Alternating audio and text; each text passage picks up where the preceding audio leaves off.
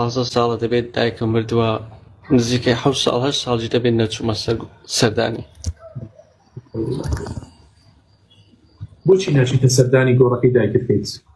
مامۆستا هۆکارێک هەیە بۆیە نەچووم، ناشمی بچم.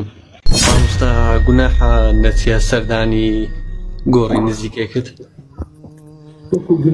وەکو گوناهت ناگاتێ قوربانگیان، بەڵام ئینسان زیارەتی قەبرستان بکە لەبەر چەند هۆکارێک.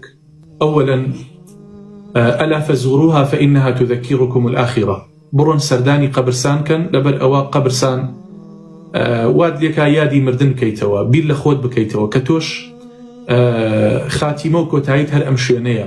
واد لێکات ئیتر وردە وردە ئەگە حرامێ لە ژیان تا هەبێ وازە و حرامە بێنیت، وردە وردە پاکت دەکاتەوە لە گوناح، وردە وردە داد ئەمەزرێنی ئەتکا بە ڕیجال و بە پیاو. ئەمە خاڵی یەکەم. دووەم وەکو وەفایە بەرامبەر ئەو خزمەت، بەرامبەر ئەو کەسەت پێغەمبەری خوا صلی الله علیه وسلم داوای لە خوای گەورە کرد سەردانی دایکی کات. باشە سەردانی دایکەکە خوای پەروەردگار ڕێگەیدا کە سەردانی دایکی کات.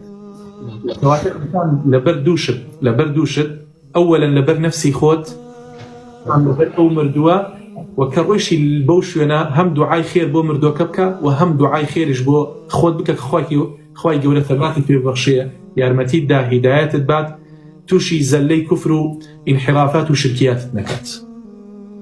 ئاستە مامۆستا ئێستا نزیکەی 15 ساڵە دەبێت دایکم مردووە نزیکەی 7 ساڵ 8 ساڵی دەبێت نەچوومە سەردانی.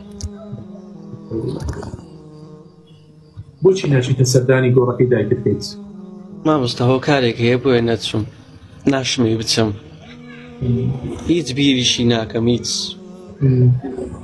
ئەوەیان خۆت ئەزانی قوربانگیان، ئەڵێ ئەوەی نەبێت لە ماڵم ئاگای نییە لە حاڵم. یا ڕەبی خوای پەروەردگار لە دایکت خۆش بێت، سەبوری دڵیشت با، خوای گەورە بێدایکیت بۆ قەرەبوو بکاتەوە یا ڕەب. زۆر سوپاس دەکەم مامۆستا، لۆن دەم بوو پرسییم گوناح نییە کە نەچمە سەردانی.